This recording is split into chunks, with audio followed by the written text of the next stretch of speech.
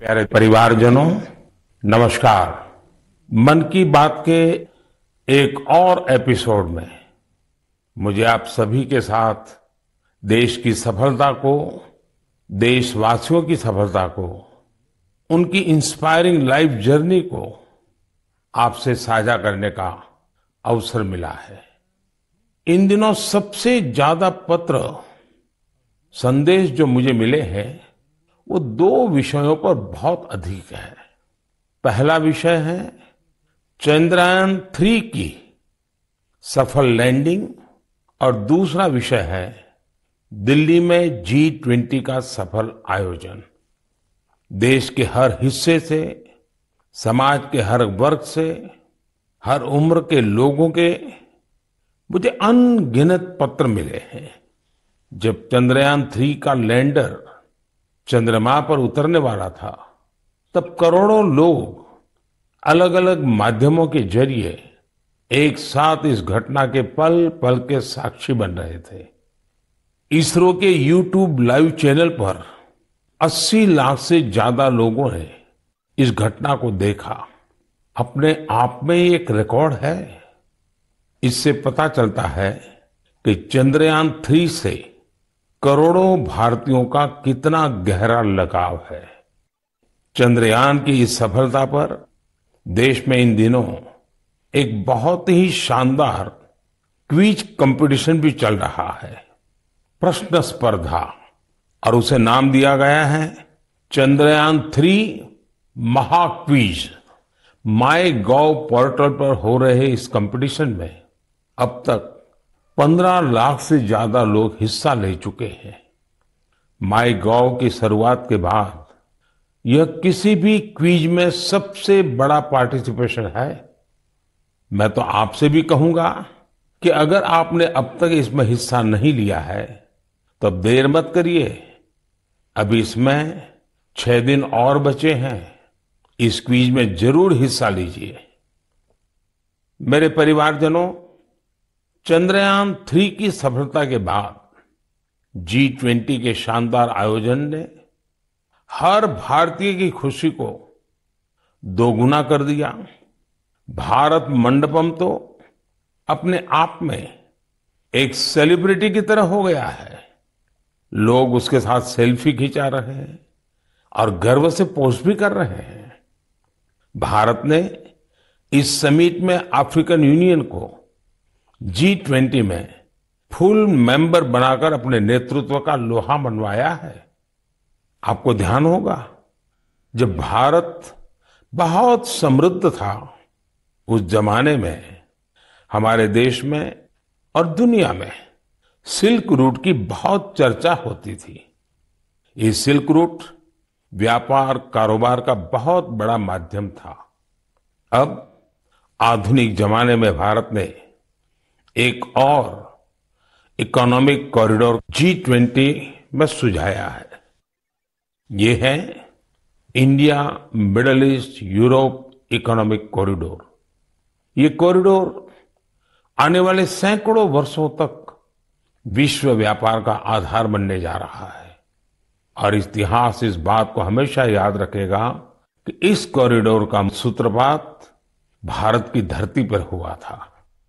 साथियों, G20 के दौरान जिस तरह भारत की युवा शक्ति इस आयोजन से जुड़ी, उसकी आज विशेष चर्चा आवश्यक है। साल भर तक देश के अनेकों यूनिवर्सिटीज में G20 से जुड़े कार्यक्रम हुए। अब इसी श्रृंखला में दिल्ली में एक और एक्साइटिंग प्रोग्राम होने जा रहा है, G20 यूनिवर्सिटी कनेक्ट प्रोग्राम। इस प्रोग्राम के माध्यम से देश भर के लाखों यूनिवर्सिटी स्टूडेंट्स एक दूसरे से जुड़ेंगे। इसमें IITs, IIMs, NITs और मेडिकल कॉलेजेस जैसे कई प्रतिष्ठित संस्थान भी भाग लेंगे। मैं चाहूंगा कि अगर आप कॉलेज स्टूडेंट हैं तो 26 सितंबर को होने वाले इस कार्यक्रम को जरूर देखिएगा, इससे जरूर जुड़िएगा। भारत के भविष्य में युवाओं के भविष्य पर इसमें बहुत सारी दिलचस्प बातें होने वाली है। मैं खुद भी इस कार्यक्रम में शामिल होऊंगा। मुझे भी अपने कॉलेज स्टूडेंट से संवाद का इंतजार है। मेरे परिवारजनों, आज से 2 दिन बाद 27 सितंबर को विश्व पर्यटन दिवस है। पर्यटन को कुछ लोग सिर्फ सैर सपाटे के तौर पर देखते हैं, लेकिन पर्यटन का एक बहुत बड़ा पहलू रोजगार से जुड़ा है। कहते हैं सबसे कम इन्वेस्टमेंट में सबसे ज्यादा रोजगार अगर कोई सेक्टर पैदा करता है तो वो टूरिज्म सेक्टर ही है। टूरिज्म सेक्टर को बढ़ाने में किसी भी देश के लिए गुडविल, उसके प्रति आकर्षण बहुत मैटर करता है। बीते कुछ वर्षों में भारत के प्रति आकर्षण बहुत बढ़ा है और G20 के सफल आयोजन के बाद दुनिया के लोगों का इंटरेस्ट भारत में और बढ़ गया है। साथियों, G20 में 1 लाख से ज्यादा डेलीगेट्स भारत आए।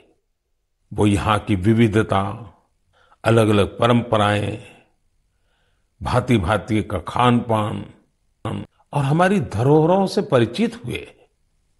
यहाँ आने वाले डेलीगेट्स अपने साथ जो शानदार अनुभव लेकर गए हैं, उससे टूरिज्म का और विस्तार होगा। आप लोगों को पता ही है कि भारत में एक से बढ़कर एक वर्ल्ड हेरिटेज साइट्स भी हैं और इनकी संख्या लगातार बढ़ती जा रही है। कुछ ही दिन पहले शांति निकेतन और कर्नाटका के पवित्र होयसड़ा मंदिरों को वर्ल्ड हेरिटेज साइट्स घोषित किया गया है। मैं इस शानदार उपलब्धि के लिए समस्त देशवासियों को बधाई देता हूं। मुझे 2018 में शांति निकेतन की यात्रा का सौभाग्य मिला था। शांति निकेतन से गुरुदेव रविंद्रनाथ टैगोर का जुड़ाव रहा है। गुरुदेव रविंद्रनाथ टैगोर ने शांति निकेतन का मोटो संस्कृत के एक प्राचीन श्लोक से लिया था। वह श्लोक है, यत्र विश्वम भवत्येक नीडम, अर्थात जहां एक छोटे से घोंसले में पूरा संसार समाहित हो सकता है। कर्नाटका के जिन होयसड़ा मंदिरों को यूनेस्को ने विश्व धरोहर सूची में शामिल किया है, उन्हें 13वीं शताब्दी के बेहतरीन आर्किटेक्चर के लिए जाना जाता है। इन मंदिरों को यूनेस्को से मान्यता मिलना मंदिर निर्माण की भारतीय परंपरा का भी सम्मान है। भारत में अब वर्ल्ड हेरिटेज प्रॉपर्टीज की कुल संख्या 42 हो गई है। भारत का प्रयास है कि हमारे ज्यादा से ज्यादा ऐतिहासिक और सांस्कृतिक जगहों को वर्ल्ड हेरिटेज साइट की मान्यता मिले। मेरा आप सबसे आग्रह है कि जब भी आप कहीं घूमने जाने की योजना बनाएं तो ये प्रयास करें कि भारत की विविधता के दर्शन करें। आप अलग अलग राज्यों की संस्कृति को समझें, हेरिटेज साइट्स को देखें।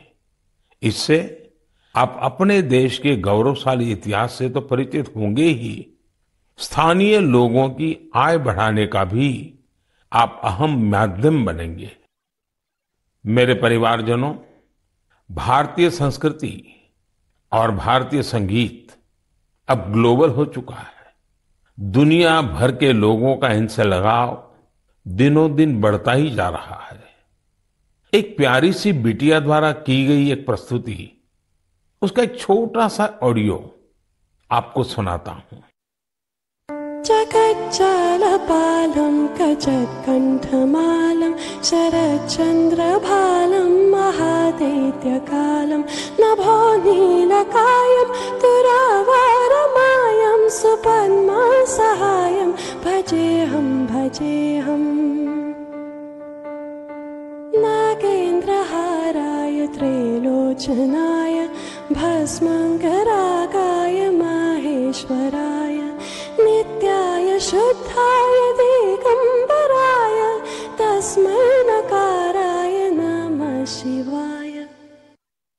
इससे सुनकर आप भी हैरान हो गए ना, कितनी मधुर आवाज है और हर शब्द में जो भाव झलकते हैं, ईश्वर के प्रति उनका लगाव हम अनुभव कर सकते हैं। अगर मैं ये बताऊं कि सुरीली आवाज जर्मनी की एक बेटी की है, तो शायद आप और अधिक हैरान होंगे। इस बिटिया का नाम कैसमी है। 21 साल की कैसमी इन दिनों इंस्टाग्राम पर खूब छाई हुई है। जर्मनी की रहने वाली कैसमी कभी भारत नहीं आई है, लेकिन वो भारतीय संगीत की दीवानी है, जिसने कभी भारत को देखा तक नहीं। उसकी भारतीय संगीत में ये रुचि बहुत ही इंस्पायरिंग है। कैसमी जन्म से ही देख नहीं पाती है, लेकिन ये मुश्किल चुनौती उन्हें असाधारण उपलब्धियों से रोक नहीं पाई। म्यूजिक और क्रिएटिविटी को लेकर उनका पैशन कुछ ऐसा था कि बचपन से ही उन्होंने गाना शुरू कर दिया। अफ्रीकन ड्रमिंग की शुरुआत तो उन्होंने महज 3 साल की उम्र में ही कर दी थी। भारतीय संगीत से उनका परिचय 5-6 साल पहले ही हुआ। भारत के संगीत ने उनको इतना मोह लिया कि उसमें पूरी तरह से रम गई। उन्होंने तबला बजाना भी सीखा है। सबसे इंस्पायरिंग बात तो यह है कि वे कई सारी भारतीय भाषाओं में गाने में महारत हासिल कर चुकी है। संस्कृत, हिंदी, मलयालम, तमिल, कन्नड़ या फिर असमी, बंगाली, मराठी, उर्दू, उन्होंने इन सब में अपने सुर साधे हैं। आप कल्पना कर सकते हैं, किसी को दूसरी अनजान भाषा की 2-3 लाइनें बोलनी पड़ जाएं तो कितनी मुश्किल आती है। लेकिन कैसमी के लिए जैसे बाएं हाथ का खेल है। आप सभी के लिए मैं यहाँ कन्नड़ा में गाए उनके एक गीत को शेयर कर रहा हूँ। नम्मा वचन बहुवचन नुडीरु कन्नड नडेरु कन्नड नम्मा वचन बहुवचन नुडीरु कन्नड नडेरु कन्नड कन्नड नम्मा कन्नड। भारतीय संस्कृति और संगीत को लेकर जर्मनी की कैसमी के इस जुनून की मैं हृदय से सराहना करता हूं। उनका यह प्रयास हर भारतीय को अभिभूत करने वाला है। मेरे परिवारजनों, हमारे देश में शिक्षा को हमेशा एक सेवा के रूप में देखा जाता है। मुझे उत्तराखंड के कुछ ऐसे युवाओं के बारे में पता चला है जो इसी भावना के साथ बच्चों की शिक्षा के लिए काम कर रहे हैं। नैनीताल जिले में कुछ युवाओं ने बच्चों के लिए अनोखी घोड़ा लाइब्रेरी की शुरुआत की है। इस लाइब्रेरी की सबसे बड़ी विशेषता यही है कि दुर्गम से दुर्गम इलाकों में भी इसके जरिए बच्चों तक पुस्तकें पहुंच रही है। और इतना ही नहीं, ये सेवा बिल्कुल निशुल्क है। अब तक इसके माध्यम से नैनीताल के 12 गांवों को कवर किया गया है। बच्चों की शिक्षा से जुड़े इस नेक काम में मदद करने के लिए स्थानीय लोग भी खूब आगे आ रहे हैं। इस घोड़ा लाइब्रेरी के जरिए ये प्रयास किया जा रहा है कि दूर दराज के गांवों में रहने वाले बच्चों को स्कूल की किताबों के अलावा कविताएं, कहानियां और नैतिक शिक्षा की किताबें भी पढ़ने का पूरा मौका मिले। ये अनोखी लाइब्रेरी बच्चों को भी खूब भा रही है। साथियों, मुझे हैदराबाद में लाइब्रेरी से जुड़े एक ऐसे ही अनूठे प्रयास के बारे में पता चला है। यहाँ 7वीं क्लास में पढ़ने वाली बिटिया आकर्षणा सतीश ने तो कमाल कर दिया है। आपको यह जानकर आश्चर्य हो सकता है कि महज 11 साल की उम्र में ये बच्चों के लिए एक दो नहीं बल्कि 7 लाइब्रेरी चला रही है। आकर्षणा को 2 साल पहले इसकी प्रेरणा तब मिली जब वो अपने माता पिता के साथ एक कैंसर अस्पताल गई थी। उसके पिता जरूरतमंदों की मदद के सिलसिले में वहां गए थे। बच्चों ने वहां उनसे कलरिंग बुक्स की मांग की और यही बात इस प्यारी सी गुड़िया को इतनी छू गई कि उसने अलग अलग तरह की किताबें जुटाने की ठान ली। उसने अपने आस पड़ोस के घरों, रिश्तेदारों और साथियों से किताबें इकट्ठा करना शुरू कर दिया। और आपको यह जानकर खुशी होगी कि पहली लाइब्रेरी उसी कैंसर अस्पताल में बच्चों के लिए खोली गई। जरूरतमंद बच्चों के लिए अलग अलग जगहों पर इस बिटिया ने अब तक जो 7 लाइब्रेरी खोली है उनमें अब करीब 6000 किताबें उपलब्ध हैं। छोटी सी आकर्षणा जिस तरह बच्चों का भविष्य संवारने का बड़ा काम कर रही है वो हर किसी को प्रेरित करने वाला है।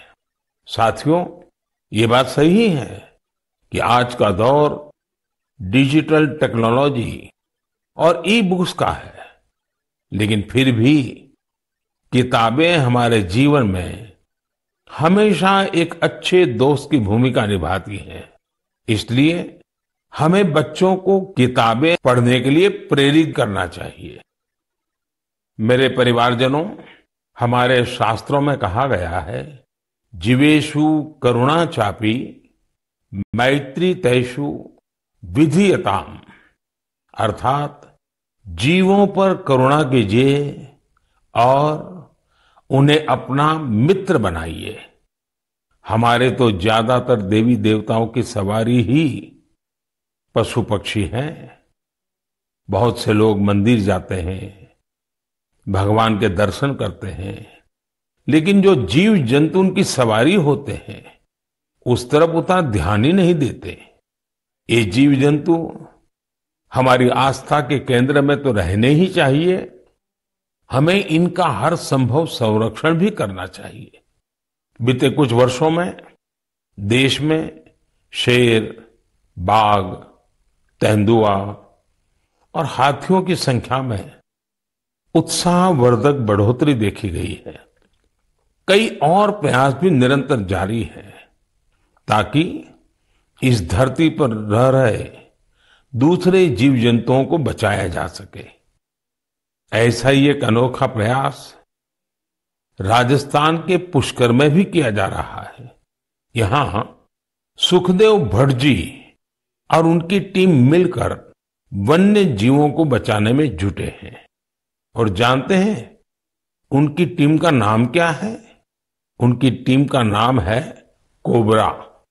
एक खतरनाक नाम इसलिए है क्योंकि उनकी टीम इस क्षेत्र में खतरनाक सांपों का रेस्क्यू करने का काम भी करती है। इस टीम में बड़ी संख्या में लोग जुड़े हैं जो सिर्फ एक कॉल पर मौके पर पहुंचते हैं और अपने मिशन में जुट जाते हैं। सुखदेव जी की इस टीम ने अब तक 30,000 से ज्यादा जहरीले सांपों का जीवन बचाया है।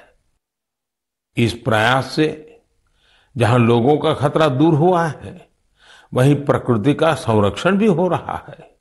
ये टीम अन्य बीमार जानवरों की सेवा के काम से भी जुड़ी हुई है।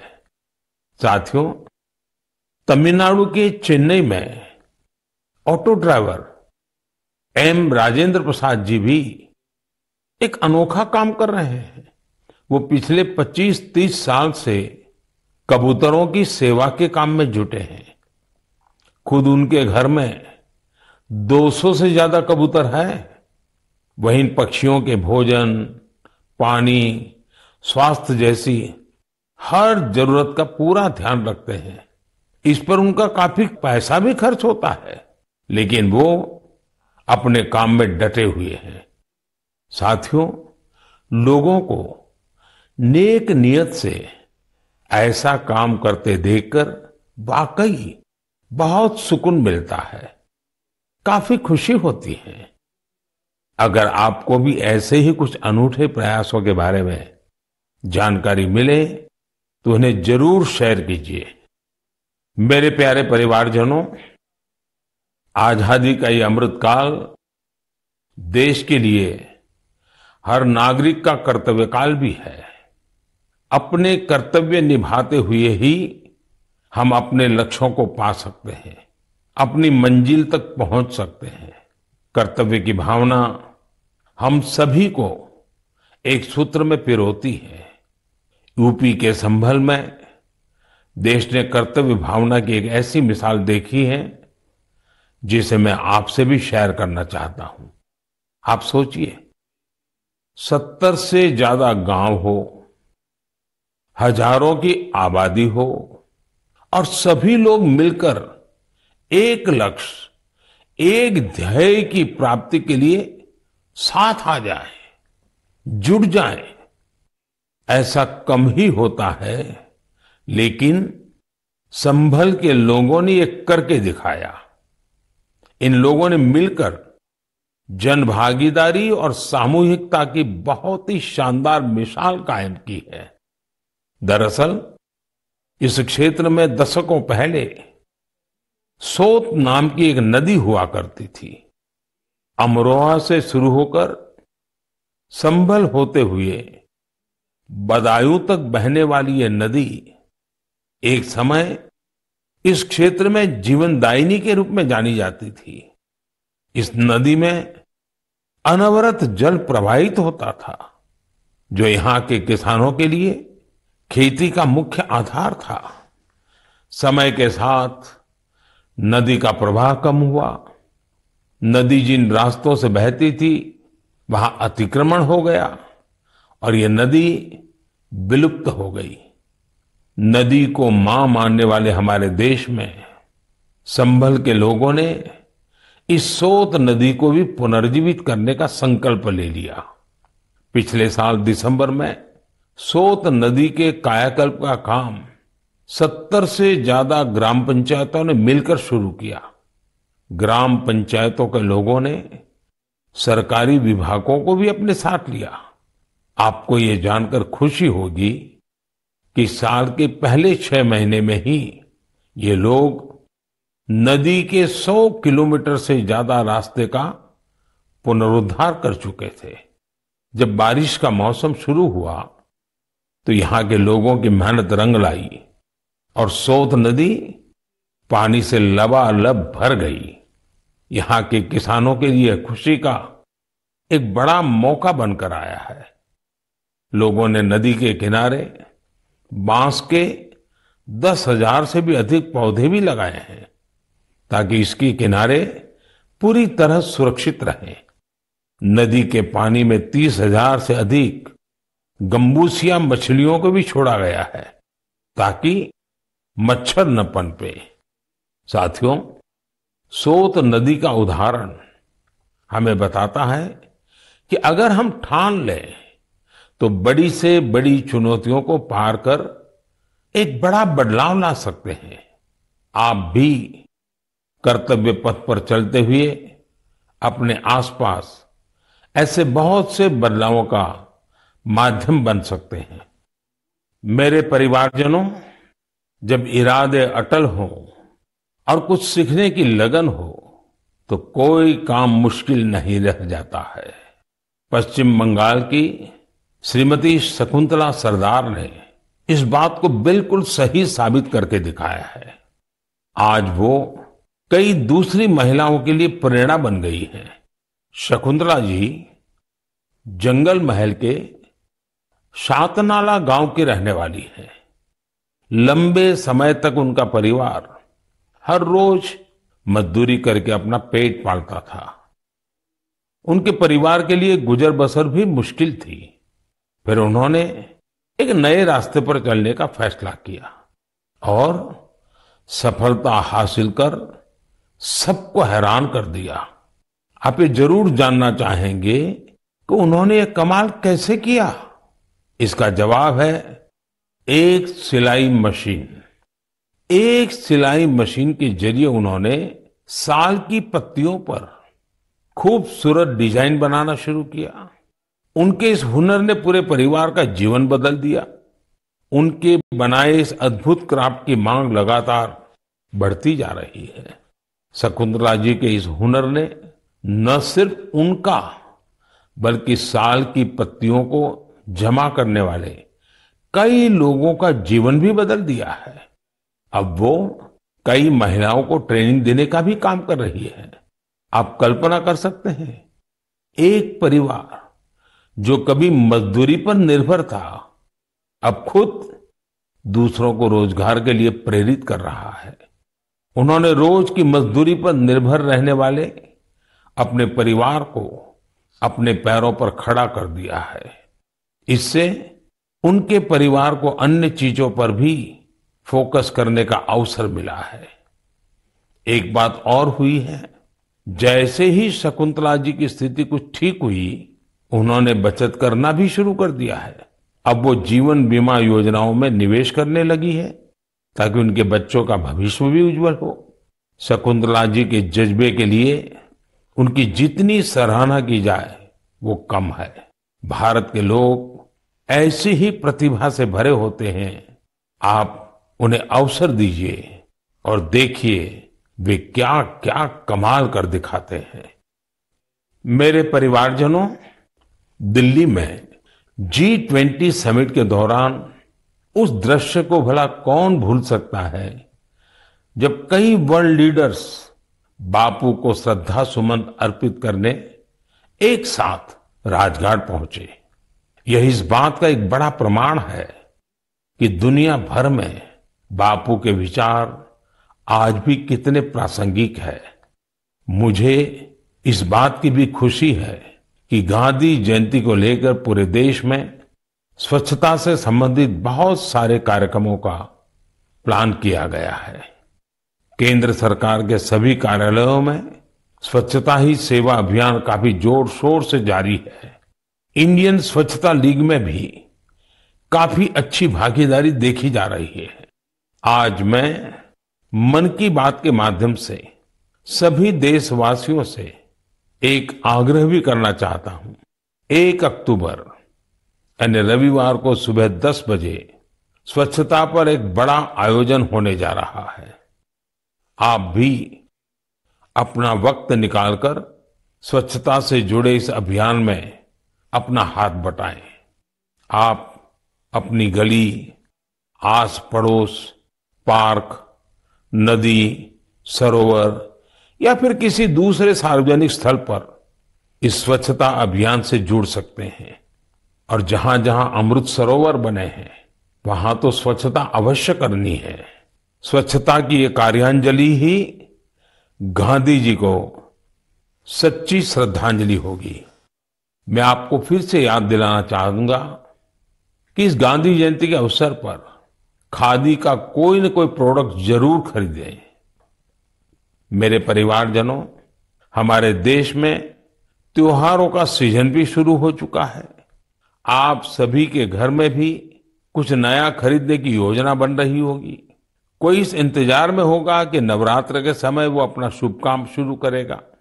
उमंग, उत्साह के इस वातावरण में आप वोकल फॉर लोकल का मंत्र भी जरूर याद रखें। जहां तक संभव हो आप भारत में बने सामानों की खरीदारी करें, भारतीय प्रोडक्ट का उपयोग करें और मेड इन इंडिया सामान का ही उपहार दें। आपकी छोटी सी खुशी किसी दूसरे के परिवार की बहुत बड़ी खुशी का कारण बनेगी। आप जो भारतीय सामान खरीदेंगे उसका सीधा फायदा हमारे श्रमिकों, कामगारों, शिल्पकारों और अन्य विश्वकर्मा भाई बहनों को मिलेगा।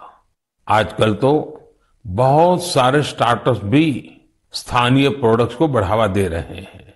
आप स्थानीय चीजें खरीदेंगे तो स्टार्टअप्स के इन युवाओं को भी फायदा होगा। मेरे प्यारे परिवारजनों, मन की बात में बस आज इतना ही। अगली बार जब आपसे मन की बात में मिलूंगा तो नवरात्रि और दशहरा बीत चुके होंगे। त्योहारों के इस मौसम में आप भी पूरे उत्साह से हर पर्व मनाएं, आपके परिवार में खुशियां रहे, मेरी यही कामना है। इन पर्वों की आपको बहुत सारी शुभकामनाएं। आपसे फिर मुलाकात होगी और भी नए विषयों के साथ, देशवासियों की नई सफलताओं के साथ। आप अपने संदेश मुझे जरूर भेजते रहिए, अपने अनुभव शेयर करना न भूलें। मैं प्रतीक्षा करूंगा। बहुत बहुत धन्यवाद। नमस्कार।